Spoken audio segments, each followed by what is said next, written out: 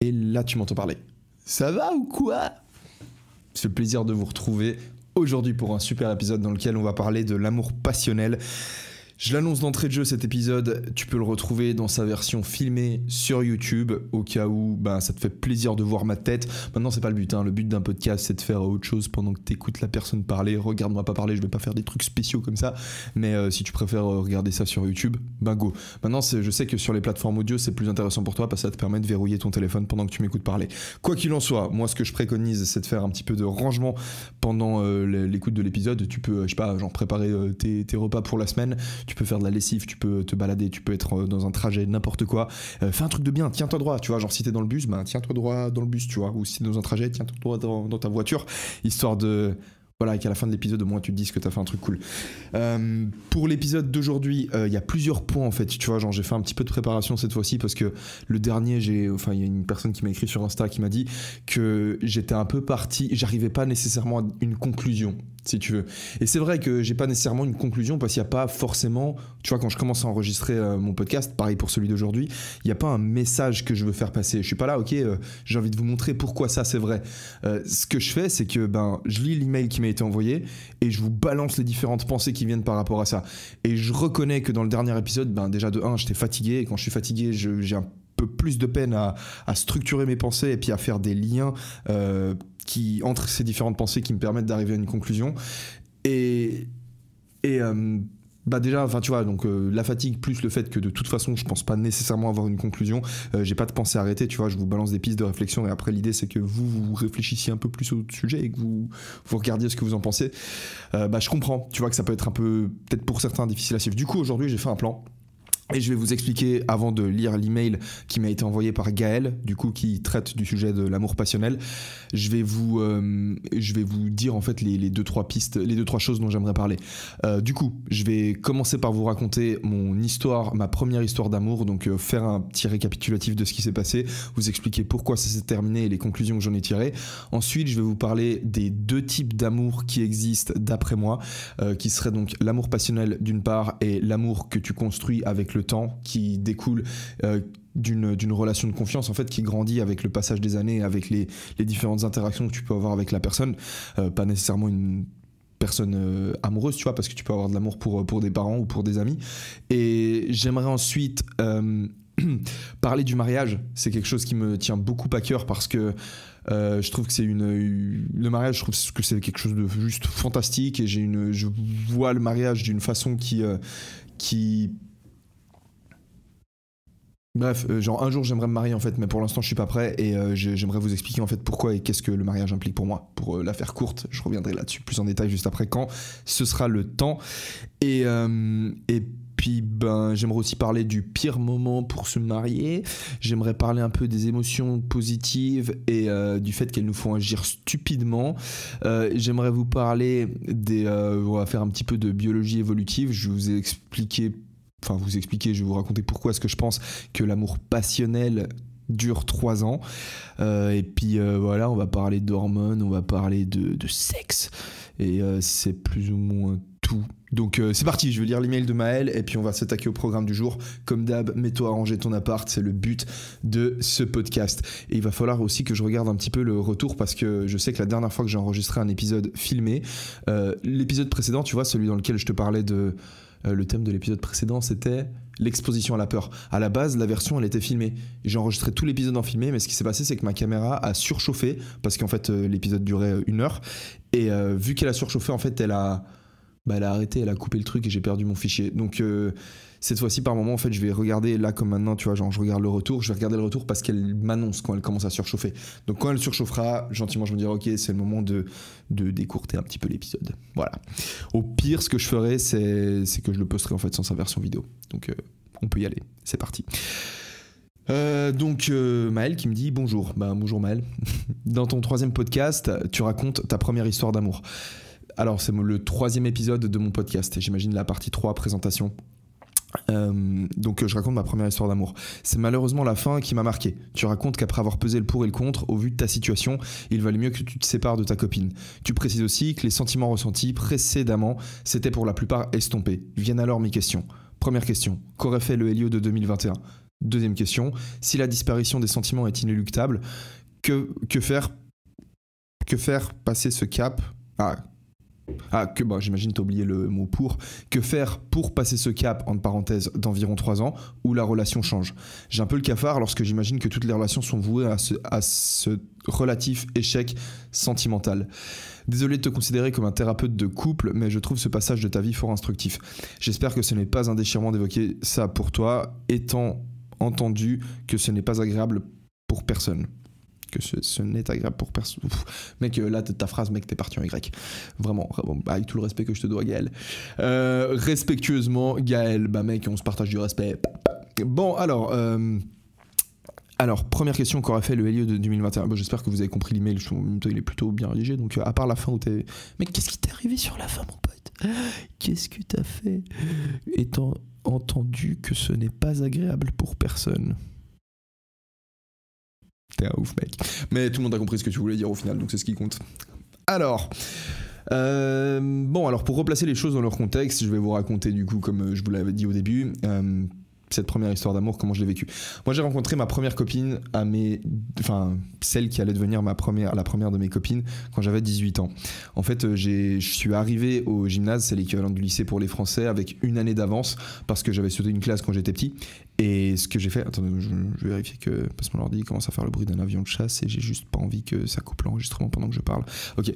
Donc je suis arrivé au lycée avec une année d'avance et j'ai assez rapidement, en fait, j'ai redoublé ma première année parce que, je savais pas ce que je foutais là, j'étais juste en Y total. J'ai commencé à jouer à la play en plus à cette époque-là, je séchais les cours, je pense que j'ai dû aller peut-être un peu plus que la moitié quand même, je pense que j'allais à 60% des cours et le reste je le passais à la maison. Et voilà, du coup je refais ma première année, et là je me retrouve enfin avec des gens de mon âge, je passe ma première année, je passe ma deuxième année, et quand j'arrive en troisième année en fait, entre deux j'avais commencé à fumer de la weed, et c'est quelque chose dont je parlerai dans ma vidéo sur la drogue, dans laquelle je vous raconterai un peu plus ma relation avec cette substance, qui se retrouvera donc sur ma chaîne YouTube. Pour ceux qui m'écoutent pas, vous savez que j'ai une chaîne YouTube et un compte Instagram sur lesquels je partage également du contenu. Donc j'étais en troisième année, en terminale, je fumais beaucoup et je fumais même tellement que en fait pendant ma période d'examen en fait je fumais aussi et j'étais un peu comment dire, j'étais pas très focalisé sur les bonnes choses, j'étais un peu comment j'explique ça? J'étais pas dans un mindset 100% études, tu vois, j'étais en mode un peu alternatif, je voyais des potes à moi qui étaient pas nécessairement étudiants, et puis je passais du temps à fumer avec eux, et puis j'étais justement avec un de ses potes qui s'appelle Rémi, ce jour-là, et en fait, le jour d'un examen, du coup, et on s'était fumé à pète, on était complètement explosés, et on a commencé à faire prendre un bain à mon chien, ma petite chienne de l'époque, qui s'appelait Kish Kish, représente Kish Kish. Oh, elle était trop chou. C'était un beagle. Je sais pas si vous voyez ce que c'est un beagle, mais c'est des chiens avec des longues oreilles et tout. Bref, on baignait Kish Kish, et puis pendant que Kish Kish prenait son bain, le directeur de mon établissement a appelé. Alors il a pas directement appelé en fait avec... j'ai pas directement raccroché en fait parce que c'était un numéro inconnu. Et à l'époque, pour ceux qui savent, j'avais une chaîne YouTube qui s'appelait Mère Teresa PGM, sur laquelle je faisais des jeux vidéo. Et c'était une assez grosse chaîne, j'avais peut-être 450 000 abonnés. Et je sais qu'un de mes potes avait mis mon numéro sur Twitter parce qu'on était à une soirée, et puis bref, du coup je m'étais pris genre des centaines de messages, genre encore maintenant si tu regardes mes messages, regarde, en gros j'ai 646 messages, voilà, regardez, vous allez voir le petit Tinder Gold, mais c'est pas grave, hop là, est-ce que vous voyez les 646 messages que je me suis pris? Et du coup j'en ai ouvert quelques-uns et tout, mais voilà, je me suis pris en réalité plus de 1000 messages en fait, mais j'en ai lu plein, mais là j'en ai 646 non lus. Et depuis ce jour-là en fait j'ai arrêté de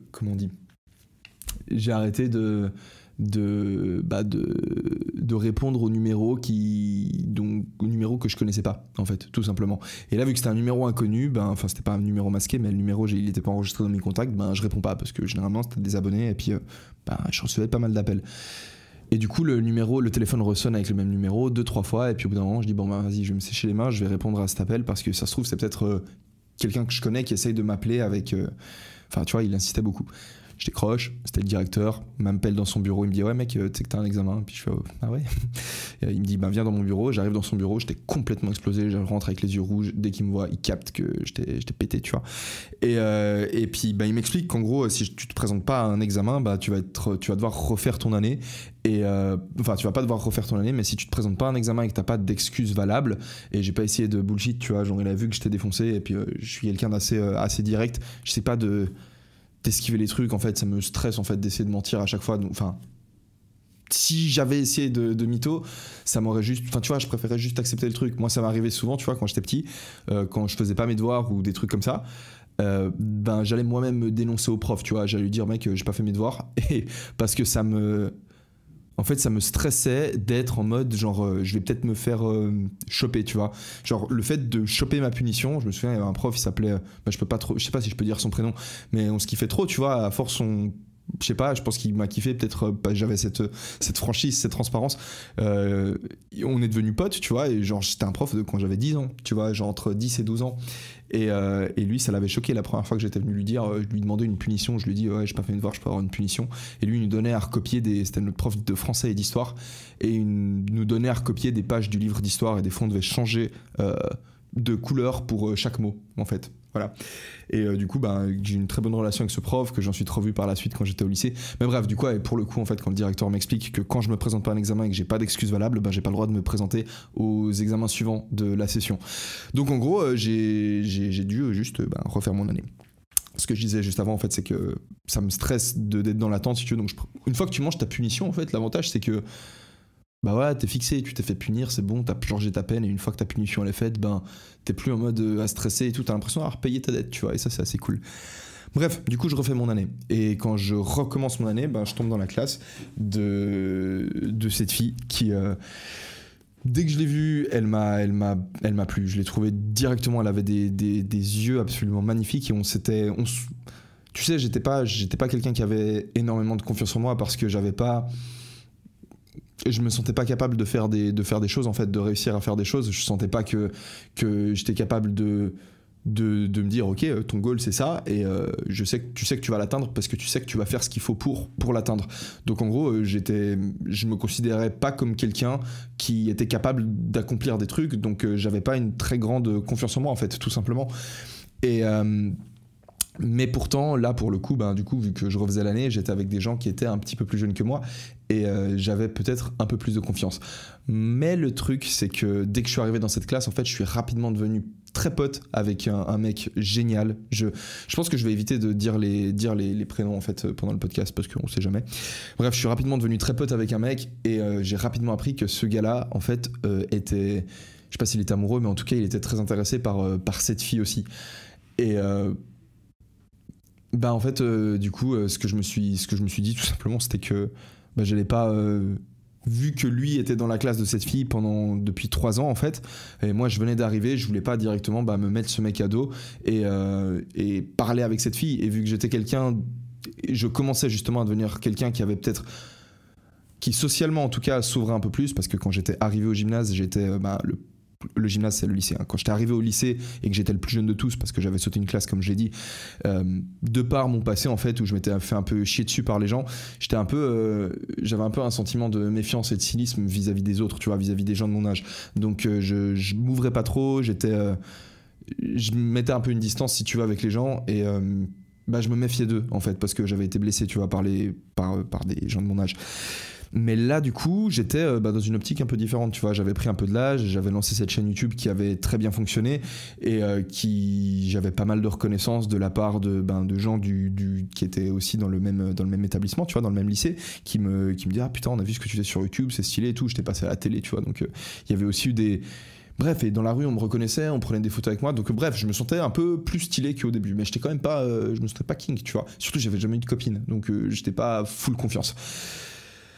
Donc dans l'idée, je me suis dit, c'est quoi, cette fille, tu l'approches pas, parce que y a déjà ton pote en fait qui est intéressé par elle, donc tu vas pas lui parler. Mais comme j'étais un peu plus confiant et comme j'étais un peu plus ouvert aux gens, j'ai commencé en fait à développer des relations à peu près avec tout le monde, tous les gens qui étaient dans la classe. En tout cas, essayer de les connaître un petit peu. Et je suis toujours comme ça aujourd'hui, tu vois, très facilement, je vais aller vers les gens et puis je vais commencer un peu à leur parler, essayer de savoir qui ils sont. Et après, ça veut pas dire que je développe une relation avec chacun d'entre eux, mais en tout cas, j'aime beaucoup avoir un premier contact et puis essayer de voir qui est cette personne et voir si ça match, tu vois, en termes de tempérament, de personnalité. Il y a des gens avec lesquels ça va matcher plus qu'avec d'autres, et si ça match avec une personne et pas avec une autre, ça veut pas dire que la personne avec laquelle ça match c'est en soi fondamentalement une meilleure personne, ça veut juste dire que vos deux personnalités sont peut-être un peu plus compatibles, tu vois. Il y a des gens qui sont plus extrovertis, je sais que peut-être mon énergie elle va peut-être stresser certaines personnes, alors que d'autres vont se dire ah putain c'est stimulant et tout, et le mec il débite donc c'est cool. Bref, quoi qu'il en soit, j'ai appris un peu à connaître certains plus que d'autres comme je l'ai dit, hein, mais tous les gens de cette classe sauf cette fille. Et avec le temps, du coup, le gars qui était du coup, qui avait des vues sur elle, je sais pas, a apparemment tenté un move et ça a pas fonctionné. Et un peu plus tard, on est parti en voyage d'études. Donc toute la classe est partie en voyage d'études à Prague. Et là, j'ai commencé à parler avec elle parce que je savais que lui, il s'était pris un stop. Donc je me suis dit, vas-y, je peux y aller vu qu'il s'est pris un stop. On part en voyage d'études, on arrive à Prague et c'était magnifique. En fait, j'ai vraiment senti. Je crois que c'est la première fois de ma vie que je suis réellement tombé amoureux, où j'ai. C'est pas vrai en fait. Il y avait une fille avant ça, dans ma classe avant, qui. Les sentiments étaient différents, mais elle me faisait aussi naître des sentiments très forts. C'était une fille qui avec laquelle j'avais une grande complicité, qui m'attirait énormément sexuellement, tu vois. Genre j'avais 17 ans, j'avais les hormones en putain de feu. Mais c'était différent en fait parce que cette première fille du coup avec laquelle j'avais une très bonne relation, elle, peut-être que de par son attitude, elle exprimait plus de confiance en elle, elle était plus au taquet et elle était très à parler avec beaucoup de mecs et tout, et elle avait un copain aussi, donc elle avait pas ce côté un peu mystérieux. Peut-être c'est moi qui l'ai mystifié, cette fille dans laquelle du coup mon ex, celle qui allait devenir ma première copine, pour moi elle avait un côté un peu mystérieux, tu vois, parce que elle était un peu timide, un peu réservée, elle parlait pas beaucoup, et puis elle avait son groupe de potes avec lesquels elle parlait, mais c'était pas quelqu'un qui prenait l'attention sur elle, si tu veux. Et c'est ça qui me plaisait, c'était le fait qu'elle était magnifique, mais qu'elle se donnait pas en spectacle. Bref. Et là, du coup, on a ces premières discussions et j'ai senti ce qui serait en fait de l'amour passionnel. En fait, j'ai vraiment ressenti des émotions fortes. Je me souviens, on était des soirées, on était juste sur le canapé, elle et moi, et on discutait juste. Et même les moments de silence, ils posaient aucun problème. Il y avait tout qui était juste tellement parfait. J'avais mon cœur qui était rempli d'émotions. Il était chaud. Putain, c'était vraiment trop stylé en fait. Je me souviens de cette semaine, du coup, il faisait froid, tu vois, c'était en février, c'était l'hiver à Prague, c'était juste magnifique. Mais il s'est rien passé, tu vois. On a à aucun moment franchi le cap de s'embrasser ou d'avoir des gestes d'affection explicites. C'était resté au stade de la discussion. Et quand on rentre de ce voyage, du coup, moi je lui propose d'aller faire un truc. Je lui propose d'aller, d'aller boire un verre ou d'aller. Bref, je sais plus. Je lui propose un truc, d'aller au cinéma ou je sais plus ce que c'était. Et là, elle m'explique qu'en fait. Elle était qu'elle avait apprécié, tu vois, ces temps qu'on avait passé ensemble à Prague, mais qu'elle pouvait pas venir me voir, elle pouvait pas continuer à. Enfin, que si notre relation impliquait du flirt ou se voir pour ce genre de truc, ça allait pas être possible pour elle, parce qu'en fait, depuis pas longtemps, elle voyait un mec et que c'était pas encore officiel, mais voilà, ils se voyaient et puis ils étaient dans un process de se mettre ensemble. Et puis putain, ça m'a détruit. Genre ça m'a littéralement mis au sol parce que j'étais en train de vivre depuis une semaine, j'avais passé une semaine juste complètement magique. J'arrive, du coup on rentre en Suisse et j'avais qu'une chose en tête en fait, c'était de pouvoir reprendre et faire naître continuer à vivre ces émotions hyper fortes, tu vois, que j'étais en train de vivre. Et là, ça a été la descente, tu vois. Et première observation à ce niveau-là, c'est que, chose intéressante, avec l'amour passionnel, t'as ces montées d'émotions positives qui sont incroyablement intenses, mais à chaque montée d'émotions positives, en fait, à chaque montée à la suite de chaque montée, en fait, doit y avoir une descente. Donc, pour toute l'émotion positive que tu vas ressentir de l'émotion négative derrière. Et ça, je pense que c'est une règle qui est valable et qui s'applique à toutes les personnes, à tout le monde en fait. Je pense qu'à chaque fois, plus ta relation est intense, plus le moment où ta relation elle va se terminer, ben ça va aussi être intense d'un point de vue négatif. Plus vous kiffez, plus vous marrez, plus ça va être triste quand vous allez vous séparer, plus vos engueulades elles vont être vénères. Enfin, tu vois, genre, pour moi, tu payes tout. C'est comme quand tu prends, pour ceux qui ont déjà pris de la MDMA ou de l'ecstasy, t'es juste full hormone, tu vois, pendant ta soirée, t'es full sérotonine, ocytocine, et tu débordes tellement d'amour que tu peux pas t'empêcher d'avoir envie de faire des câlins à absolument tout le monde. Tu dois appeler tes parents, tu dois appeler tes amis pour leur dire que tu les aimes, et le lendemain matin, mais tu te sens au fond du trou, tu te détestes toi-même en fait, et t'es juste trop mal parce que en fait t'as juste comment dire. C'est comme si t'avais... oh putain, je peux pas faire une métaphore sexuelle comme ça, c'est beaucoup trop violent. À quoi je peux comparer ça? Bon, c'est comme si ton réservoir d'hormones en fait était vide en fait, et il doit mettre un petit moment un peu à se recharger. Bref, et du coup, ben voilà, j'étais juste au fond, et je me souviens du jour où justement c'était le lendemain en fait de notre retour à Prague, où elle m'avait dit que ben on n'allait plus pouvoir se voir, que j'avais mis des chaussures et j'étais parti courir, et je sais pas pourquoi je me souviens de ce genre de détails, mais je me souviens que pendant que je courais, je pensais à ça, j'avais la haine, j'avais la rage, mais ça me donnait une espèce d'énergie, et j'avais des larmes qui coulaient, c'était l'hiver, il faisait froid, et ces larmes elles étaient froides sur mes joues. Je me souviens qu'une de mes chaussures s'était détachée, et je continuais à courir alors même que mes lacets étaient défaits, et je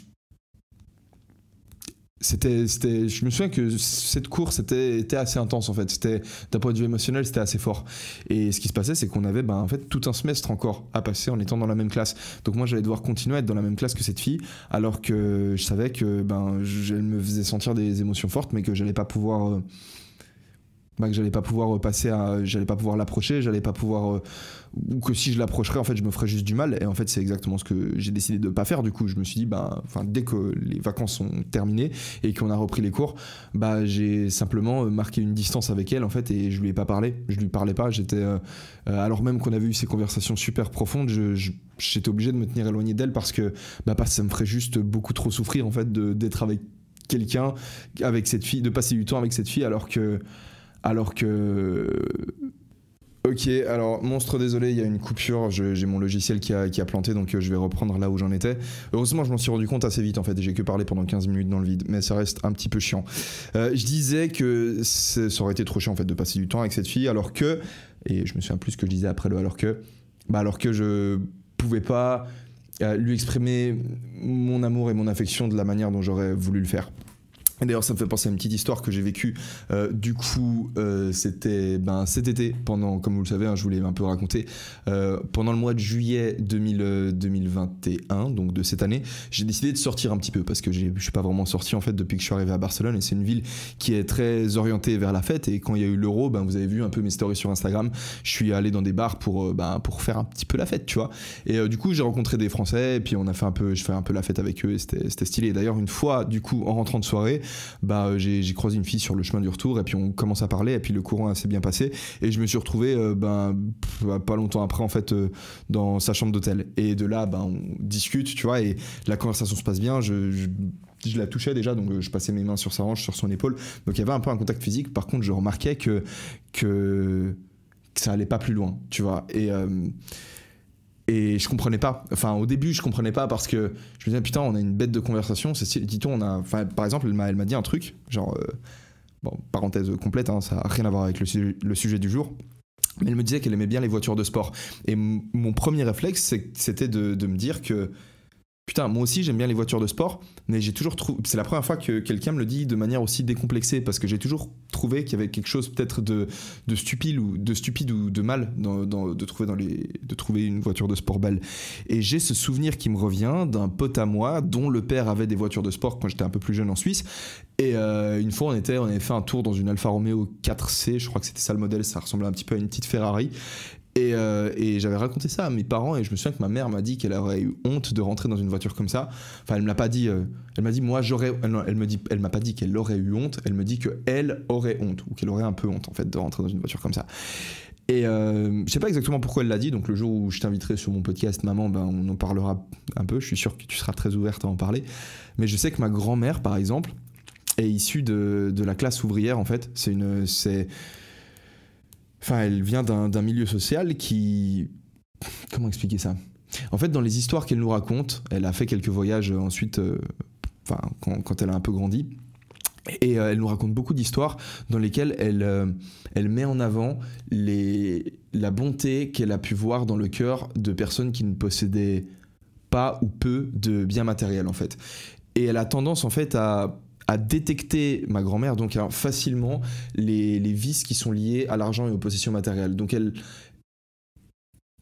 je sais pas si tu vois en fait ce que je veux dire, mais du coup il y a un peu une mentalité, je vais pas dire une mentalité communiste, mais un côté un peu en mode la narrative, en mode les riches c'est des méchants, tu vois ce que je veux dire.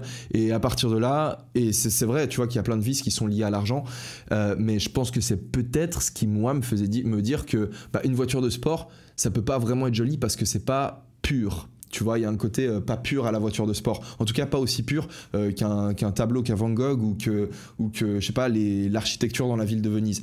Alors qu'au final, en en discutant avec cette fille, quand elle m'a dit que les voitures de sport, elle trouvait ça beau, on en parle, et puis je réfléchis un peu, je me dis, mais putain, en réalité, être capable de percevoir la beauté dans quelque chose, que cette chose soit un élément naturel, comme, je sais pas, un coucher de soleil, un paysage, ou, je sais pas, un arbre, ou un putain de chat avec des yeux magnifiques que tu peux voir dans la rue, ou alors de la voir dans des choses qui sont construites par l'homme, comme un tableau ou genre l'architecture d'une ville, ou une voiture, au final, ça revient exactement au même en fait. C'est d'être capable d'extraire le concept de beauté de n'importe quel objet, ou de n'importe quel objet. T'extrais le concept et t'es capable de repérer ce concept dans différentes choses. Tu peux trouver quasiment n'importe quoi beau. Tu vois, genre théoriquement, je pourrais même mater le mur qui est derrière moi et voir à quel point les petits reliefs et tout. Et si j'étais bien perché, tu vois, je pourrais pas le faire sans être bien perché, mais je pourrais trouver le mur beau. Tu vois ce que je veux dire? Et du coup, elle m'a assez ouvert l'esprit. Donc c'était cool, tu vois. Elle avait de la discussion, c'était intéressant. Mais voilà, genre j'avais un peu des gestes d'affection, mais je voyais que elle était. J'étais dans sa chambre d'hôtel, tu vois, on était à l'hôtel, on était ensemble, et pourtant elle venait pas vers moi, tu vois. Et là, genre, ça me percute. Et je captais qu'elle avait un copain, et je lui dis, t'as un copain? Elle me dit, ouais. Et on en parle, et en fait, ce qui était marrant, c'était que j'avais un monstre conflit d'intérêts, tu vois, parce que moi, j'avais terriblement envie d'elle, mais en même temps, j'avais pas envie de lui faire quelque chose qui la rendrait pas fière d'elle, en fait. On avait connecté sur un plan personnel, spirituel, on s'était beaucoup livré l'un à l'autre. J'avais pas envie, en fait, qu'elle trompe son mec et qu'elle se sente mal, tu vois, parce que plus vis-à-vis d'elle que vis-à-vis de son mec, c'est elle qui se sentirait mal si elle trompait son copain, parce que c'est elle qui va regretter, c'est elle qui va vivre avec le truc. Son copain, bien sûr, il va souffrir, tu vois, même s'il apprend le truc, mais j'avais pas envie qu'elle le fasse, en fait. Mais en même temps, j'avais envie qu'elle le fasse. Bref, j'étais juste en train de... Mon cerveau, il était juste en train de péter. Au final, genre, j'ai commencé à dormir chez elle, mais au final, genre, j'ai pas pu. Donc, je me suis réveillé, j'ai pris mes affaires, je suis parti. Elle me dit, tiens, on échange nos numéros, et puis on se revoit à la plage demain. Et puis, parce qu'elle elle avait des magnifiques seins. Et elle me dit, viens, on va à la plage demain. Et puis, comme ça, parce que... En fait, on a dormi ensemble, et elle voulait pas se déshabiller, en fait. Enfin, elle voulait pas enlever son haut.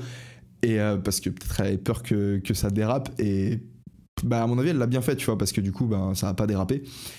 Et elle me disait en fait viens à la plage demain, et parce que je bronze topless, comme ça tu pourras voir mes seins. Et enfin bref, elle m'a dit ça, et en fait c'est un peu la même chose que ce qui se passait avec cette fille, avec du coup ma première copine. C'est pourquoi est-ce que je vais venir à la plage sachant que genre on peut pas, sachant que je peux pas t'exploser. Et pardon pour le propos assez direct, mais bref, pourquoi je viendrais genre juste c'est juste de la torture mentale, en fait. Je vais pas le faire, et je vois pas pourquoi est-ce qu'on garderait contact, parce qu'en fait elle me disait, en fait mon copain il est en vacances là-bas et tout, peut-être qu'il fait de la merde, et s'il fait de la merde du coup on pourrait se revoir, etc. Et bref, moi je voulais pas ça, ça m'aurait juste c'est horrible, quoi. Je vais pas passer du temps avec une fille alors que je suis attiré sexuellement par cette fille, et puis juste me mordre les doigts comme ça pendant que je suis avec elle. Bref, c'était hors de question. Et du coup c'était à peu près la même chose, en fait, avec ma première copine. J'étais dans sa classe pendant 6 mois, donc je l'ai juste pas parlé et je l'ai pas calculé, parce que voilà. Et au final le temps est passé, l'année se termine, et par hasard complet, pendant la fin de l'été, donc 2-3 mois après la fin des cours, on s'est croisés on s'est croisés à la plage, et ça allait être le lendemain, c'était la veille de mon anniversaire, et le jour suivant ça allait être mon anniversaire, et le jour suivant je la croise dans un bar, et dans le bar dans lequel j'étais en train de faire la fête pour mon anniv, et puis elle était avec ses potes, et ce jour-là on discute, et ce jour-là je l'invite à Je lui dis écoute, genre je lui ai raconté un mytho en fait. Je lui ai dit, je lui ai dit que j'avais pris une année sabbatique à la fin de mon lycée et je lui ai dit je vais partir en voyage, je vais partir au Pérou. Et en fait j'ai 2 billets d'avion, donc j'en ai un pour moi et l'autre il est pour quelqu'un d'autre, tu vois. Il faut quelqu'un qui ait aussi une année sabbatique et elle avait aussi une année sabbatique. Et je lui ai dit mais ce billet il est nominatif et il faut que, pour mettre un peu la pression et rendre le truc un peu plus dramatique, tu vois, bon on avait un peu bu, je lui ai dit mais il est nominatif, il faut que je mette ton nom dessus, tu vois, enfin il faut que je mette le nom de la personne. Et en fait c'était pas vrai, tu vois, il y avait pas de deuxième billet, mais au cas où elle me disait oui, j'avais vite acheté un billet d'avion pour elle. Et elle m'a dit non en fait, parce que tu vois, elle avait un peu elle était avec ce mec, tu vois, elle était en couple avec lui. Donc voilà, je mange mon deuxième râteau, pas facile.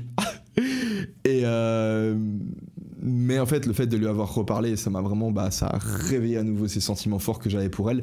Et quelques mois plus tard en fait, elle s'est séparée de son copain. Et là on s'est revus.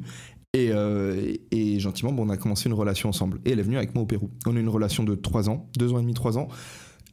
Et avec le temps, en fait, cet amour passionnel, justement, ces sentiments forts que je ressentais vis-à-vis d'elle, se sont estompés, en fait. Et en fait, mon problème, je vais repartir sur le petit plan que je m'étais fait pour l'épisode, parce que du coup, c'est là qu'on va pouvoir philosopher un petit peu.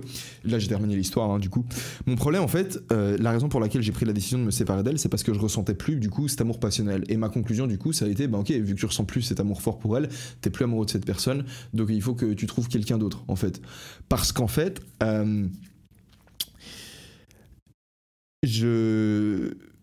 j'avais pas une philosophie très développée en matière de relations amoureuses et je vivais encore dans le mythe de l'existence du grand amour, du vrai amour, si tu veux. Donc si t'aimes plus cette personne, c'est que c'est pas ton vrai amour, en fait, c'est qu'il y a quelqu'un d'autre que tu vas pouvoir retrouver, une autre personne avec laquelle tu vas pouvoir recréer ces sentiments forts, si tu veux.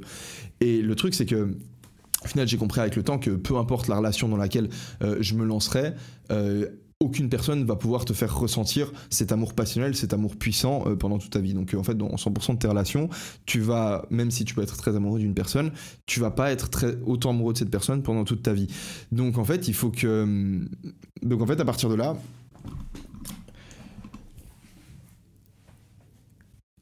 tu peux pas vraiment te baser, en fait, à partir de là, c'est stupide en fait de te baser sur cet amour fort pour construire ta relation avec quelqu'un, parce que le problème de cet amour fort, c'est qu'il te procure tellement d'émotions positives que tu vas être un peu con, en fait, et que tu vas laisser passer des choses que, normalement, tu laisserais pas passer. Par exemple, j'en sais rien, t'es tellement amoureux de la personne que il y a certaines facettes de cette personne que tu n'apprécies pas nécessairement, ou une manière qu'elle aurait de te parler, ou des habitudes qu'elle a, des choses avec lesquelles tu n'es carrément pas OK, mais tu vas dire allez, c'est pas grave, parce qu'en fait t'es tellement amoureux que tu dis ok c'est bon. Et ce qui se passe si tu continues à dire ok c'est bon, c'est que quand les années vont passer, quand tu te retrouves 3 ans plus tard dans ta relation où tu ne ressens plus cet amour passionnel, 3 ans, ça peut être 2 ans, 1 an et demi, j'en sais rien, tu vois, on dit souvent que l'amour dure de 3 ans, et je vais t'expliquer pourquoi est-ce que je pense que c'est le cas. Mais du coup, au moment où t'es plus défoncé, complètement explosé aux hormones, tu te dis, mais putain, en fait, cette personne, en fait, elle a toujours été comme ça. Elle m'a toujours raconté des petits mensonges, elle m'a toujours pas nécessairement respecté quand elle me parlait, elle m'a toujours fait attendre tu vois, toutes ces petites choses qui normalement sont pas ok pour toi, tu t'es pas battu en fait pour, tu les as pas évoquées, tu lui as pas dit hey, en fait cette situation, tu vois, je suis pas hyper fan, tu vois, parce que X, Y, en fait du coup ça me dérange un peu, donc ce serait cool si en fait on pouvait juste trouver une façon de fonctionner pour que ce soit ok pour nous deux. Non, tu le dis pas parce qu'en fait tu te sens juste trop bien. Donc quand tu te sens plus trop bien et que tu veux parler de ces choses, en fait il y a tellement de temps qui est passé, il y a tellement d'histoires qui se sont passées entre temps que tu essaies de résoudre le problème auquel tu fais face juste là dans le moment dans ta relation de couple, et tu te rends compte qu'en réalité sous ce problème il y a genre 5 autres problèmes qui se trouvent, tu vois, et t'es obligé de résoudre ces 5 problèmes pour pouvoir résoudre ton problème. Et en fait, sous les 5 problèmes, sous chacun des 5 problèmes, il y a en fait 10 problèmes. Et sous chacun des 10 problèmes, t'as en fait 30 problèmes. Et en fait, tu te rends compte, tu rentres dans des discussions en fait où en fait t'as complètement t'en viens à avoir mal au crâne en fait et t'arrives pas à résoudre le problème que ton couple rencontre, même si t'as envie de le sauver, parce qu'en fait t'as laissé passer des choses que t'aurais pas dû laisser passer au début de ta relation. Et c'est ça le problème de l'amour passionnel d'après moi, c'est que l'émotion positive est tellement forte qu'elle va te faire accepter des choses que normalement tu devrais pas accepter. Et voilà, d'après moi, du coup, pour moi, c'est aussi une des raisons pour lesquelles tu devrais pas surtout pas te marier dans les premières années de ta relation, te marier quand t'es justement complètement pété aux hormones, quand t'es amoureux fou de la personne, prendre la décision de te marier dans cette situation, c'est comme de signer le contrat pour acheter une maison alors que t'es complètement bourré en fait. C'est pas un bon bail, c'est pas une bonne chose à faire.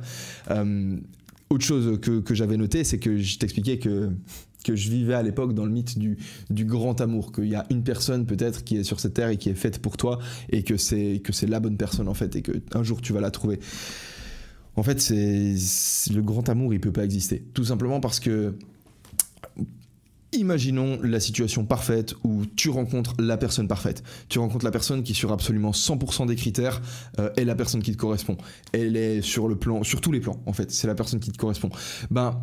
Ce qu'il faut que tu comprennes, c'est que cette personne, elle va évoluer avec le temps, d'une part, et d'une autre, toi aussi, tu vas évoluer avec le temps.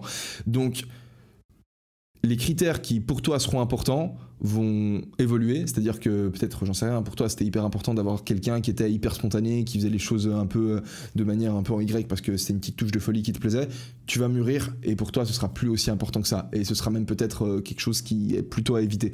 Donc toi tu vas évoluer et l'autre personne va évoluer, donc en fait c'est impossible de conserver sur l'entièreté de ton existence en fait un match parfait. Donc même si tu te mets en couple avec une personne qui te correspond à 100%, nécessairement, obligatoirement après un certain temps, cette personne elle va avoir des traits de caractère si tu veux que tu vas considérer comme étant des défauts et donc de là se pose assez rapidement la question en fait. Donc si tu veux espérer pouvoir passer l'entièreté de ta vie avec la même personne et avoir une espèce de continuité dans ta narrative au niveau de ta vie sentimentale, de ta vie amoureuse, par exemple j'en sais rien, fonder une famille, avoir des enfants, avoir un projet commun, une maison, etc. et maintenir ta relation sur plusieurs années, en fait il faut que tu sois conscient de ça en fait dès le début, que la personne avec laquelle tu te mets en couple elle va évoluer et que tes attentes vis-à-vis de ton partenaire vont également évoluer, donc que tu vas te retrouver dans des situations où tu vas dire mais putain qu'est-ce que je fous avec cette personne en fait, et que les tentations d'aller voir une autre personne en fait elles vont être juste hyper fortes parce que toi tu vas trouver en fait que c'est peut-être quelqu'un d'autre qui en fait te correspond à fond.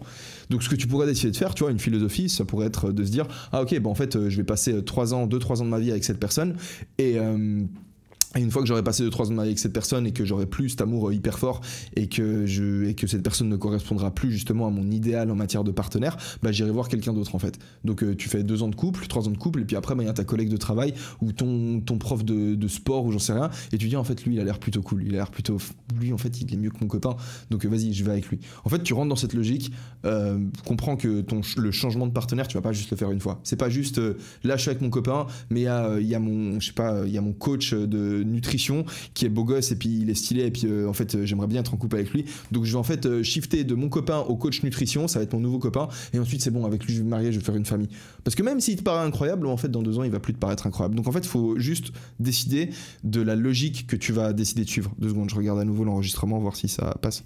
C'est bon, pour l'instant tout va bien. La caméra ne surchauffe pas non plus donc c'est super. Donc de là, voilà, c'est 2 approches différentes. Est-ce que tu vas avoir ta vie entière avec une personne? Est-ce que tu vas changer, vivre des relations différentes? Je pense que y a du bon quelque part à vivre des relations, peut-être même si elles sont courtes, avec plusieurs personnes différentes parce que c'est très enrichissant. Moi j'ai souffert d'absolument toutes mes relations amoureuses, énormément souffert. Les ruptures c'est quelque chose qui me touche énormément. Et du coup au point que tu vois enfin bref. Mais j'ai pas de regrets. Et en fait, toutes mes relations, si je devais revenir au moment où je les ai faites, tu vois, où j'ai commencé la relation, en fait, j'aurais envie de les recommencer. Parce que même si elles m'ont fait souffrir, après coup, je me rends compte à quel point elles m'ont permis de grandir. Parce que à travers une relation amoureuse, en fait, tu grandis plus quand t'es en relation que quand t'es seul. Tout simplement parce que la personne qui est avec toi, elle te sert de miroir en fait. Elle va te forcer à prendre ta tête comme ça et elle va te faire regarder les choses que t'as pas envie de regarder. Toi, t'es là en mode ouais, vas-y, je suis inconfortable et tout, j'ai mes routines, je suis un entrepreneur et tout, je sais pas quoi, je monte mes business, j'ai mes cours, je fais du sport et tout. Tu te prends pour un ouf, tu vois.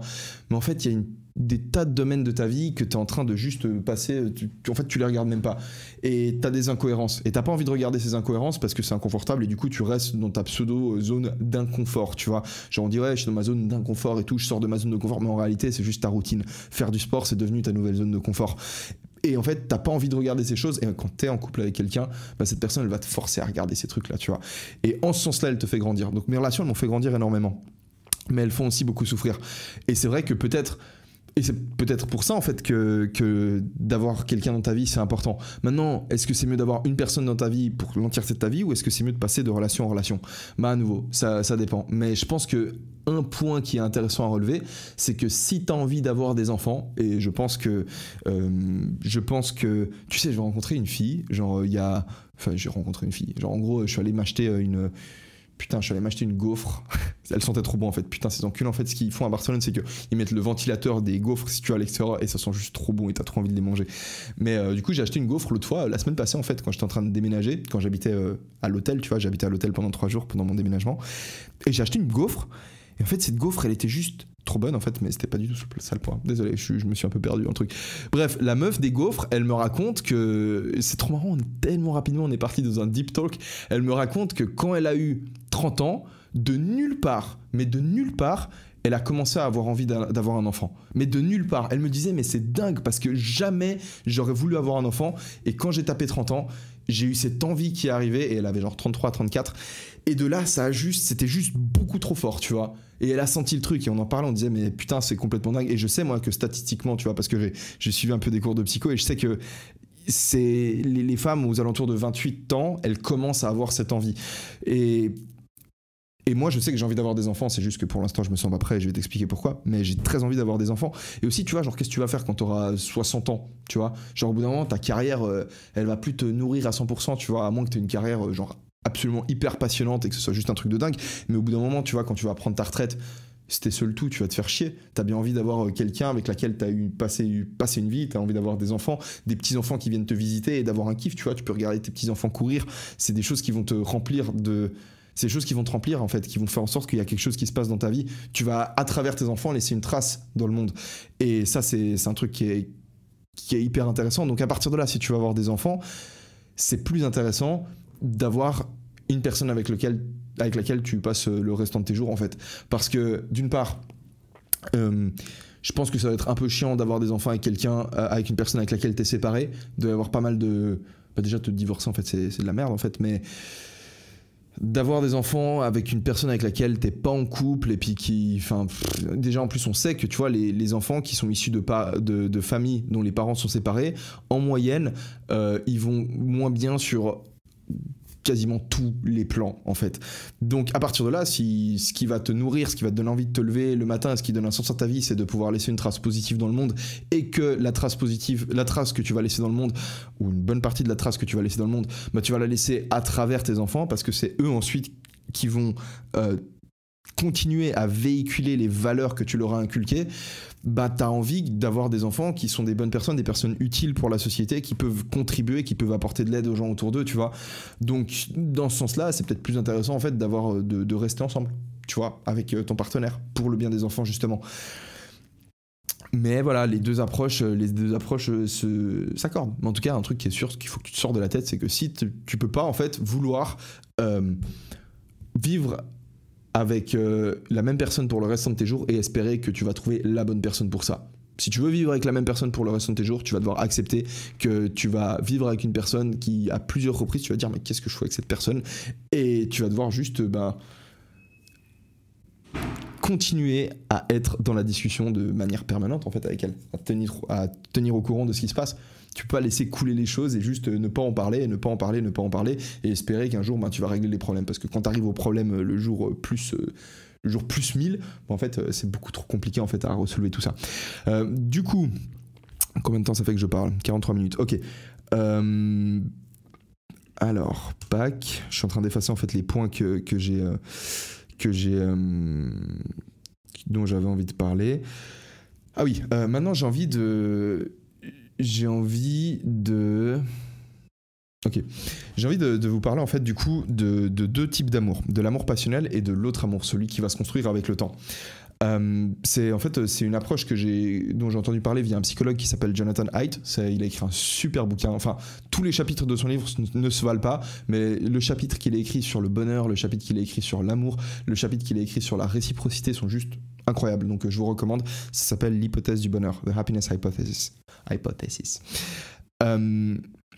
En fait, il explique, et j'ai trouvé ça genre juste brillant, en fait, il pose un axe. Donc imagine-toi un axe.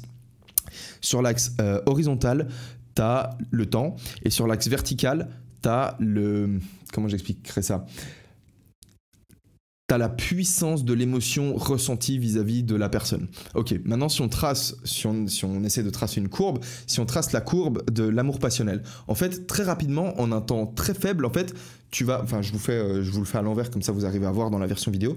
Très rapidement, en fait, ça va monter. Tu vois, l'amour passionnel, c'est ça. Tu vois une personne, tu peux avoir le coup de foudre, très rapidement, tu connais la personne et vouf, ça monte. T'as énormément d'amour. Et en fait, ce qui se passe, c'est que du coup, tu vas rester très up, très haut pendant très longtemps. Et au bout de 2-3 ans, ça va se cracher. Cet amour passionnel, tu vas plus le ressentir. Ok ? Sur le même axe, maintenant, on va placer l'autre courbe. La courbe de l'amour que tu vas développer avec le temps, avec la confiance. Et cet amour, tu le développes via la confiance, en fait, que tu construis avec cette personne. Via les attentions. Tu vas la chercher au travail. Tu l'aides dans un projet, tu l'amènes au resto, tu as une attention vis-à-vis d'elle, etc. Et c'est une courbe, du coup, elle, qui ne monte pas très vite, mais elle va monter très lentement, mais de manière constante. Et en fait, elle va jamais se cracher. Parce que si tu continues à prendre soin de la relation, à traiter la personne avec respect et à vouloir le meilleur pour cette personne, cette courbe, elle va juste monter constamment. Et l'idée, du coup, dans ta relation amoureuse, ce que tu voudrais, c'est que même si tu ressens l'amour passionnel, ne néglige pas le reste. Ne laisse pas passer des choses qui... Enfin non, je vais pas l'amener comme ça. Je vais plutôt dire que le jour où ton amour passionnel, en fait, il se crache, la seule chose qui te restera, en fait, c'est l'autre amour, tu vois. Et si cet autre amour, t'as pris le temps de le développer et il est suffisamment bon, là, tu t'estimeras peut-être que ça vaut la peine de continuer ta relation avec cette personne. Par contre, si tu t'es juste contenté d'avoir juste les full émotions, mais qu'en réalité, t'as pas construit une réelle relation avec la personne, en fait, au moment où l'amour passionnel, il est plus là, en fait, il y a rien pour backup. Il y a rien pour maintenir la relation. Et c'est là que ça pète. Donc... de nouveau, tu vois, l'idée, c'est que pendant cette période où l'amour passionnel est super haut, marie-toi pas, parce que c'est con, parce que tu vas peut-être pas faire attention à différentes choses qui te dérangeraient. Et l'idée, c'est de construire cet amour avec le temps. Et moi, vis-à-vis de ma situation personnelle, actuellement, je peux pas me... Ce que je me suis dit suite à ma dernière relation, c'est que je ne me mettrais pas en couple avec une femme avant d'être prêt à me marier, en fait. Parce qu'une relation de 2 ans, de 3 ans, ça m'intéresse plus nécessairement. Après, Dieu sait, elles me sont à chaque fois tombées sur la gueule, donc peut-être que ça recommencera. Mais ce que j'aimerais, ce serait développer créer une vraie relation avec quelqu'un, j'aimerais marier quelqu'un et puis j'aimerais faire des enfants en fait, tu vois, j'ai envie de construire un truc de grand, mais en même temps je me sens pas prêt parce que je vois que ma vie elle est pas stable, tu vois, je suis actuellement en train de vivre ici à Barcelone, je me considère pas comme ayant une situation qui est une situation géographique, une situation comment on dit ça, professionnelle, qui sont stables et qui me permettent de projeter sur du long terme. Tu vois, moi, je sais pas à quoi va ressembler mon business dans 2-3 ans. Je sais pas à quoi... je sais pas où je vais vivre, en fait, dans 2-3 ans. Et à partir de là, je peux pas trop commencer à construire quelque chose avec quelqu'un ici à Barcelone, alors que je suis pas au courant de ce qui va se passer par la suite. Donc, le mariage, c'est quelque chose qui m'intéresse. J'ai envie de me marier. Pour moi, le mariage, c'est une promesse. Le mariage, c'est la promesse de quoi que ce soit, quelles que soient les choses qui vont se passer, même si dans 3 ans je te trouverai complètement conne et même si dans 3 ans tu me trouveras complètement fou, en fait on va juste rester ensemble. Et le fait de savoir que t'es lié avec cette personne pour la vie, ça va te forcer à régler les problèmes au moment où ils surviennent. Parce que si tu sais que la personne avec laquelle tu te trouves actuellement, elle peut te quitter au moment où toi tu lui mentionnes quelque chose qui va pas, quelque chose que tu as fait ou un problème qu'il y a dans le couple parce que vous arrivez dans une discussion, ça devient émotionnel et elle peut juste te dire ok écoute c'est quoi, j'en ai marre de toi, ciao, la relation elle est terminée, tu vas pas avoir envie, en fait, tu vas peut-être pas oser, tu vas peut-être avoir peur de relever en fait les problèmes qui existent dans ton couple parce que t'oses pas nécessairement les montrer parce que parce que ben, t'as peur que ça se termine en fait. En fait, t'es un peu comme un chat effrayé dans ta relation où t'oses pas tout dire, ta partenaire elle ose pas tout dire et vous avez pas une bonne communication et vous réglez pas les problèmes. Et c'est pas parce que tu ne règles pas un problème qu'il disparaît en fait. Quand tu règles pas ton problème, ben, il va juste revenir quelques temps plus tard en fait 10 fois plus fort. Donc le mariage, en fait, ça crée un cadre en fait où tu te dis ok, bah de toute façon, je vais être toute ma vie avec toi. On va juste être bloqués l'un avec l'autre. Donc autant garder en fait nos valeurs principales, donc le respect et le fait de se dire la vérité. Et on construit à partir de là en fait. Et on construit une belle relation nous ensemble. Pourquoi ? Bah, notamment pour les enfants, par exemple. À nouveau, parce que comme je l'ai dit, je pense que une des raisons pour moi évidentes un des arguments principaux, pour l'intérêt en fait du mariage. Un des arguments principaux pour l'intérêt du mariage. Une des utilités principales du mariage, c'est le cadre que ça offre pour le développement des enfants. Et si tu vas avoir des enfants, du coup, bah, ça peut être utile. Donc, en fait, c'est ça qui est ouf dans le mariage. Le mariage, c'est... Aujourd'hui, on voit ça comme un truc légal, en fait. Tu te maries, du coup, t'as les acquêts, les biens communs, si tu veux, et puis quand tu te divorces, ben, c'est la merde. Et en fait, moi, je trouve ouf, mais qu'aujourd'hui, tu puisses te marier et puis faire les... Putain, ça dépend des systèmes légaux, tu vois, mais je crois qu'aux US, ils peuvent le faire. Aux US, ils peuvent se marier et décider au moment du mariage de comment est-ce que les biens seront répartis au moment du divorce. Ou alors des couples qui se marient en séparation de biens. Ça veut dire quoi ? Ça veut dire qu'en fait, tu te maries avec quelqu'un, donc tu te fais la promesse de ne jamais te séparer, parce que c'est ça le mariage, mais en fait, tu prévois ce qui va se passer quand tu vas te séparer. Et ça, c'est juste complètement dingue, parce qu'en fait, t'as jamais été marié, si tu le fais. Si, au moment où tu te maries, tu penses qu'à un moment donné, tu pourrais te séparer de la personne, c'est juste que t'as pas été marié, tu vas pas te marier. Parce que le mariage, c'est une promesse. Le mariage, c'est pas un contrat que tu signes et qui dit, ok, alors c'est mieux parce que fiscalement, ça va être plus intéressant, ou je sais pas quoi, mes couilles. Ça, c'est de la merde, ça, on s'en fout. Ce qu'il y a de beau dans le mariage, c'est la promesse. Et en fait, à partir du moment où on a commencé à libéraliser le délire et puis à se dire ok, bon en fait maintenant, parce qu'au début quand tu voulais divorcer, au début tu pouvais pas divorcer, ensuite tu pouvais divorcer dans des cas extrêmes où il y avait des cas de je sais pas, genre ta meuf elle, en fait c'est une prostituée, enfin elle s'est prostituée dans ton dos ou des trucs comme ça. Ensuite tu pouvais divorcer, mais il fallait montrer la faute, si tu veux, qu'avait commise l'autre conjoint. Il fallait que le conjoint il ait fait une faute grave pour que tu puisses te divorcer. Et en fait au fil du temps, bah, le divorce c'est devenu quelque chose de normal en fait. Il suffit de demander le divorce et tu peux l'obtenir. Et ça, bah c'est pas évident en fait que ce soit une bonne chose pour les gens. Parce qu'en fait ça nous fait voir ça fait perdre la valeur du mariage, si tu veux. Genre aussi ça sert à rien de te marier si t'as la possibilité du divorce en fait, parce que l'intérêt du mariage c'est justement que t'as pas la possibilité de te séparer. Bref, moi j'ai envie de me marier, mais je peux pas pour l'instant parce que voilà, situation personnelle un peu instable et j'ai de la peine à me projeter dans mon avenir. Et voilà, donc ça j'en ai parlé. J'ai expliqué à la fin de l'amour passionnel qu'est-ce qui se passe, ben, tu peux avoir une belle relation. Du coup, en fait, ce qui se passe maintenant, alors à titre personnel, c'est que je fais des rencontres parce que j'adore l'énergie féminine, j'adore les femmes parce qu'elles apportent quelque chose que les hommes n'apportent pas. Les hommes et les femmes, évidemment, d'un point de vue métaphysique, comme je l'ai déjà dit, on est absolument égaux. Tu vois, il n'y a pas un sexe qui est supérieur à l'autre. On est tous des âmes dans des corps et on vaut tous la même chose. Mais on n'est pas pareil. Tu vois, je trouve qu'il y a...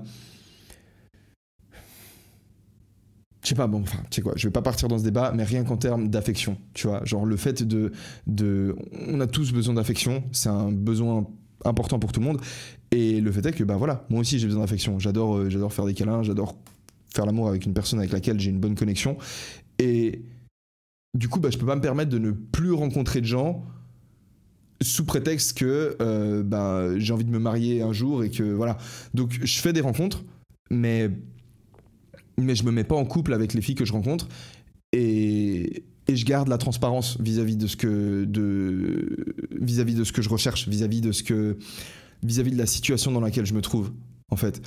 Et de là, ce que j'ai remarqué, ce qui est assez dingue, c'est que j'ai réussi à développer des amitiés avec des filles en fait.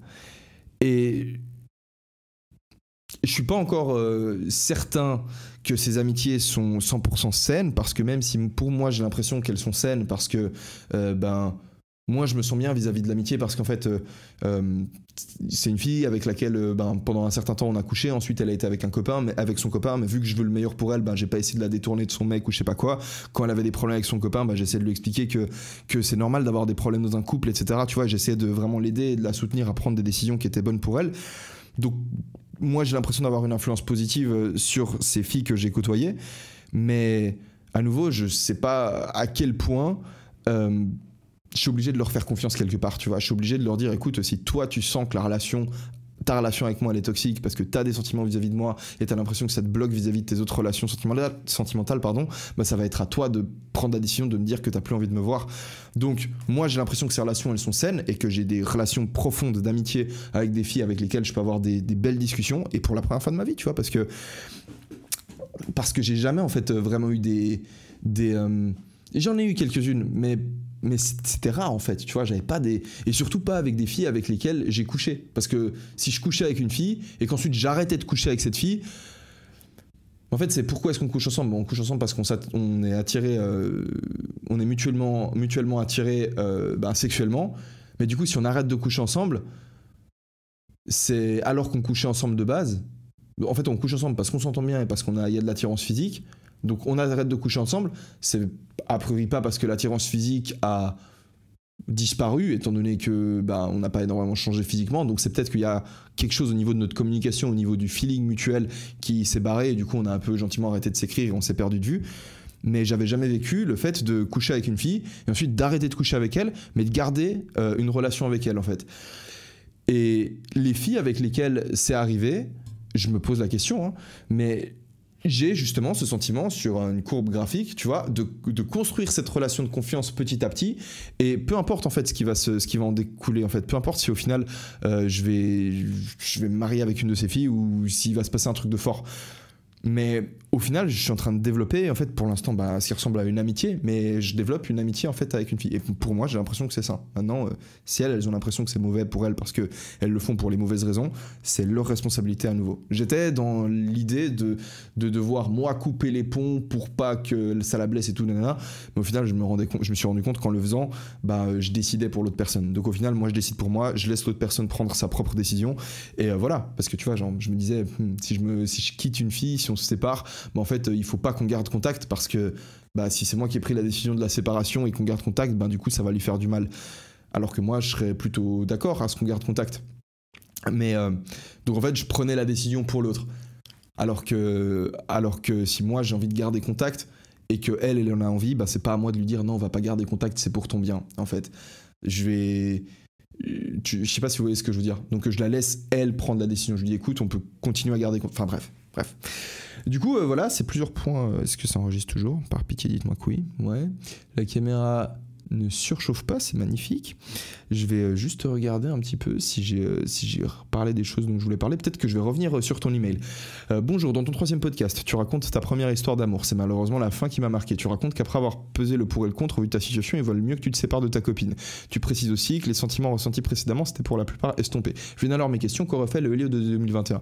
Aujourd'hui, si j'étais en couple avec une fille et que je ne ressentais plus du coup ces sentiments forts, déjà, si aujourd'hui j'étais en couple avec une fille, c'est parce que je serais conscient de ça. Je serais conscient que les sentiments, ils vont pas rester hyper forts. Donc en fait, je me serais mis en couple avec cette fille, déjà avec une fille que j'aurais appris à connaître avant de m'engager avec elle. C'est-à-dire que avant de me lancer dans la relation de couple, je m'en serais fait une amie en fait. D'abord j'aurais essayé de regarder si sur les différents points on est compatible, si c'est une personne qui partage des valeurs profondes qui sont importantes pour moi, tu vois. Parce que bien sûr on peut changer, on peut évoluer, mais c'est pas parce que tu vas pas partir de l'idée que parce que tout le monde va évoluer, parce que toi tu vas changer et l'autre personne va changer, que tu peux en fait te mettre en couple avec n'importe qui parce que c'est complètement aléatoire. Il y a quand même un minimum de contraintes dans le système. T'as des gens qui sont plus ou moins ouverts, t'as des gens qui sont plus ou moins ordonnés, t'as des gens qui sont plus ou moins anxieux. Si toi t'es hyper ordonné et que la personne avec toi est hyper désordonnée, ça va peut-être pas faire un super bon match, tu vois. Évidemment, vous allez pouvoir changer sur le temps, mais il y a quand même un minimum de choses à regarder. Et en fait, ces minimums de choses, maintenant, j'ai envie de les observer avant de me lancer dans la relation de couple.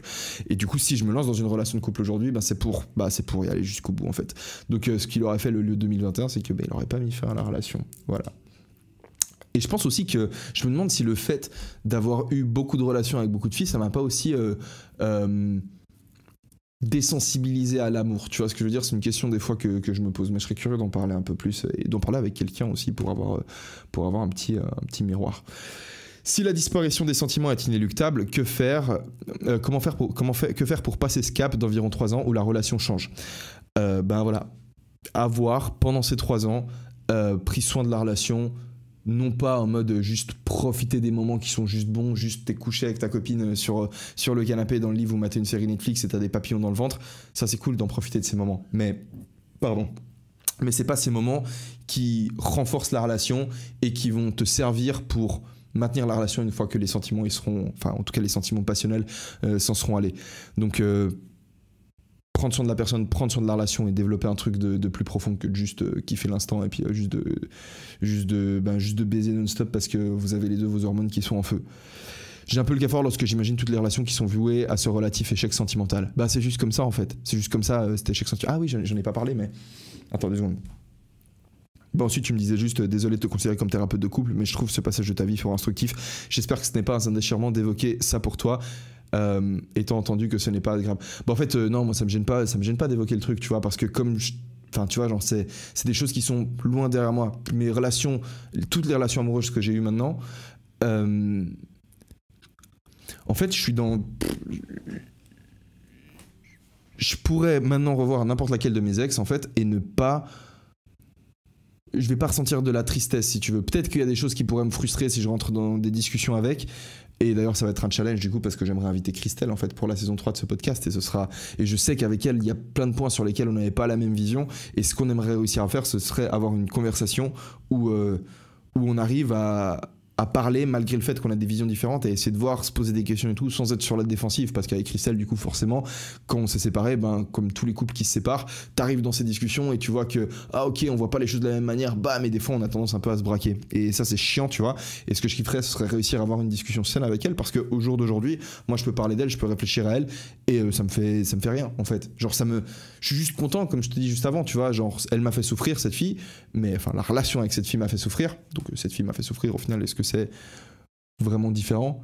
Quand je dis elle m'a fait souffrir, je dis pas qu'elle l'a fait volontairement, mais parce qu'elle a partagé ma vie et parce qu'elle a provoqué des très beaux sentiments chez moi, elle a également, comme je le disais en début de podcast, provoqué des sentiments extrêmement forts négativement. Pareil pour Luana, la copine que j'ai eue après Christelle, avec laquelle la relation était mais encore plus forte. C'était un truc genre... C'est un truc beaucoup trop passionnel. Là-dessus, c'était du full irrationnel à 100%. En fait, on s'est connus. Je m'étais séparé de Christelle depuis 3 semaines. La fille a emménagé dans ma résidence étudiante. Et dès le début, il y a eu une attirance physique, mais tellement forte. La fille c'était juste un missile, en fait. Et en fait, on a commencé une relation alors qu'on était genre... tellement différent, mais genre tellement différent, t'as absolument pas idée d'à quel point on était différents, mais il y avait une attirance physique qui était très forte, il y avait un truc de très passionnel, mais voilà, il y avait pas le terrain d'entente derrière pour back up le truc, tu vois. Et c'est ouf parce qu'avec cette fille, enfin cette relation aussi elle était dingue, et d'ailleurs elle pourra jamais venir sur le podcast parce qu'elle parle pas français, mais un jour si je fais un podcast en portugais, du coup je l'inviterai, ou en anglais en fait. Mais du coup, non, c'est pas désagréable pour moi d'en parler, et je trouve de la même manière que je trouve intéressant de vous parler de n'importe laquelle de mes expériences de vie, moi je trouve intéressant de vous parler de ça parce que si ça peut vous intéresser, c'est cool. Voilà, dernière chose dont je voulais parler avant de gentiment me prendre congé de vous. Je suis en train de regarder à chaque fois ce retour, il me fait peur. Je te jure, le fait que ça s'éteigne là, parce que je sais que c'est dans ces eaux-là en fait qui s'est éteint l'appareil la dernière fois. Dernière chose avant de prendre congé, c'était... Pourquoi est-ce que l'amour dure 3 ans? Je me suis fait cette réflexion juste avant, après je sais pas ce que vous en pensez. De nouveau, c'est pas, comme j'ai dit dans mon podcast, c'est pas des idées, je vous dis pas comment sont les choses, je vous partage juste des réflexions que je me fais. C'est possible qu'il dure 3 ans en fait, parce que si tu penses, avant que notre culture existe, tu vois, on vit dans une société où on a notre héritage, si tu veux, c'est la culture judéo-chrétienne. Genre notre système légal est basé sur des principes qui nous ont été amenés par les religions juives et les religions juives et chrétiennes. Typiquement, on a le concept aujourd'hui de la souveraineté de l'individu, le fait que chaque individu a quelque chose de divin en lui, et ça c'est parce que Dieu a créé l'homme à son image, d'après la religion chrétienne, et que du coup, chaque homme a une petite parcelle de divinité, ce qui fait que chacun a de la valeur, ce qui fait que on peut pas te tuer, que tu as des droits qu'on appelle des droits naturels, et tu as ces droits naturels parce qu'il y a quelque chose de divin en toi. Et un de ces, tu vois, on peut pas te tuer, on estime que chaque individu est quelque part un petit morceau de Dieu, et que du coup chaque individu, et la souveraineté de l'individu du coup, c'est ce qui fait que dans nos sociétés, tes parents vont te dire écoute, tu peux faire le travail que tu veux, tu vois, genre si t'as envie d'être avocat, t'es avocat, si t'as envie d'être charpentier, t'es charpentier, si t'as envie d'être youtubeur, t'es youtubeur. Et Et c'est pas le cas dans toutes les cultures, tu vois. Une culture qui a pas cette base judéo-chrétienne, t'as des cultures qui sont où, en gros, c'est tes parents qui vont décider le travail que tu vas faire. Ils vont même décider avec qui tu vas te marier. Et ça, c'est parce que les religions qui sont à la base de ces cultures, bah, elles sont différentes, en fait. Et au final, je sais pas, tu prends la religion bouddhiste, en fait, c'est des religions qui tout comme la religion chrétienne, tu vois, les deux religions, elles partent du même principe, que la vie, c'est de la souffrance, et c'est pour ça que le symbole de la religion chrétienne, c'est un mec qui est crucifié à une croix, que les bouddhistes disent que la vie, c'est de la souffrance, et ils apportent des solutions différentes, au final, pour répondre au même problème. Les bouddhistes, ils vont dire, ok, il faut se libérer de tes affects, les chrétiens, ils vont dire autre chose. Et en fait, pourquoi est-ce que je vous racontais tout ça ? Bref, oui, je vous racontais tout ça parce que dans certaines... Je raconte tout ça, en fait, parce que il n'y a pas une religion qui est plus juste qu'une autre, en fait. Et c'est juste des réponses différentes qui sont apportées, au final au même problème. Par exemple, quand dans l'islam, ils vont te dire que l'alcool c'est interdit, pourquoi est-ce qu'ils interdisent l'alcool ? Moi, je peux comprendre pourquoi ils interdisent l'alcool dans l'islam. Enfin, je peux comprendre le raisonnement qu'il y a derrière. Alors, j'ai pas étudié l'islam, donc je vais peut-être me taire, mais je peux imaginer ce qui a poussé au truc. Bref, ce que je voulais raconter à la base, c'est que nous, on a une culture. Notre culture, elle s'est construite par-dessus notre biologie. Parce qu'avant d'être des civilisations avec des cultures où on avait du coup une religion, on avait genre des codes sociaux, on était juste des animaux, tu vois. On était quelque part 100% contrôlés par nos affects. Alors, l'appareil vient de s'éteindre. J'espère que il m'a pas averti qu'il était en train de surchauffer. Donc voilà, on n'a plus l'audio, on n'a plus la vidéo. Mais l'audio, est-ce qu'il continue ? Putain, j'espère qu'il continue. Bref, je disais, du coup, je te dis au revoir déjà. Oh, je suis disparu. On était contrôlé par nos affects. Et on n'avait pas, par exemple, une culture qui nous disait que c'était une bonne chose de se marier, tu vois, ou c'était une bonne chose de ne pas tromper ta meuf. Ça, c'est la culture qui le dit. Parce que quand t'es un putain de chimpanzé dans la savane, tu vois, genre chose qu'on était il y a quelques temps, je sais plus exactement quand est-ce que on a été divisé quand est-ce que de quand remonte l'ancêtre commun avec les chimpanzés. J'ai l'impression que c'est 2 millions d'années. Je sais pas pourquoi j'ai ce chiffre qui me vient en tête, mais je crois que voilà, on remontait à 2 millions d'années qu'on avait un ancêtre commun avec le chimpanzé. Mais putain, je suis hyper curieux. Tu sais quoi, je vais aller chercher ça. Je sais qu'on est Homo sapiens depuis il y a 300 000 ans, mais common ancestor, chimpanzee. Ancêtre commun, chimpanzé. Ouais, merci, mais c'était de quand ? Ah putain. Attends. Ok, on était exactement chimpanzé il y a 13 millions d'années. Et ensuite, tu vois, genre quand deux espèces deviennent des espèces différentes, c'est un processus qui est long, parce qu'en fait, c'est une population de chimpanzés qui a commencé à vivre dans un environnement différent, et ils ont développé des caractéristiques parce qu'en fait, ces caractéristiques, elles favorisaient la survie de ces individus dans cet environnement spécifique. Et en fait, ils ont vécu dans cet environnement différent pendant tellement longtemps qu'au final, ils ont développé ces caractéristiques d'une manière tellement poussée qu'au bout d'un moment, c'est devenu une espèce différente. Et c'est un process qui est hyper long parce que pendant toute cette période, ils peuvent encore se reproduire avec des chimpanzés, même si, imagine, tu mets un groupe de chimpanzés sur une île, tu les laisses vivre pendant des centaines et des centaines d'années là-bas, au bout de 300 ans, t'en sors un, tu l'envoies dans une population de chimpanzés, il peut se reproduire avec les chimpanzés de la population. Mais il a une chance peut-être que 99% de donner vie à une progéniture qui, elle, pourra se reproduire et avoir elle-même des enfants. Parce qu'en fait, on considère que 2 animaux sont d'une espèce différente à partir du moment où ils ne peuvent pas se reproduire et donner naissance à une progéniture viable, en fait. Et bref, du coup, c'est un process qui est hyper long. Et en fait, on est devenu une espèce complètement différente, c'est-à-dire avec 0% de chance de coucher ensemble, en fait, avec les chimpanzés et puis de donner naissance à un individu qui fonctionne, il y a 4 millions d'années. Mais en gros, c'est-à-dire qu'il y a 5 millions d'années, on ressemblait beaucoup à... On n'était plus vraiment comme des chimpanzés, mais si tu nous faisais baiser avec un chimpanzé, on pouvait... l'hybridation était encore possible. Putain, je déteste ça. J'espère que ça vous dérange pas, ces bruits. Et je sais qu'en fait, c'est ce bruit-là qui a fait bugger mon micro le coup d'avant, en fait. Parce que j'ai entendu le bruit, et après, ça fait grésiller le micro. Bref, je disais... qu'est-ce que je disais ?